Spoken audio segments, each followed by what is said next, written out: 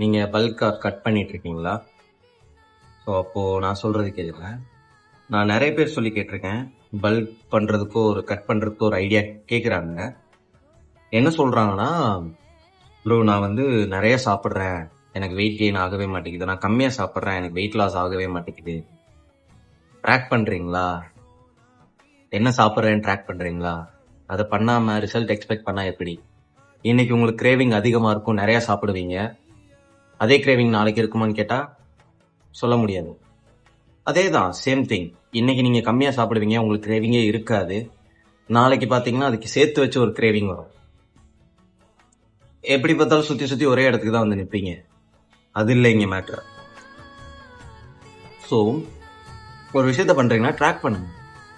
For example, உங்களோட maintenance calorie 1800னா, if you are going to bulk, do a surplus every single week or every 2 weeks once.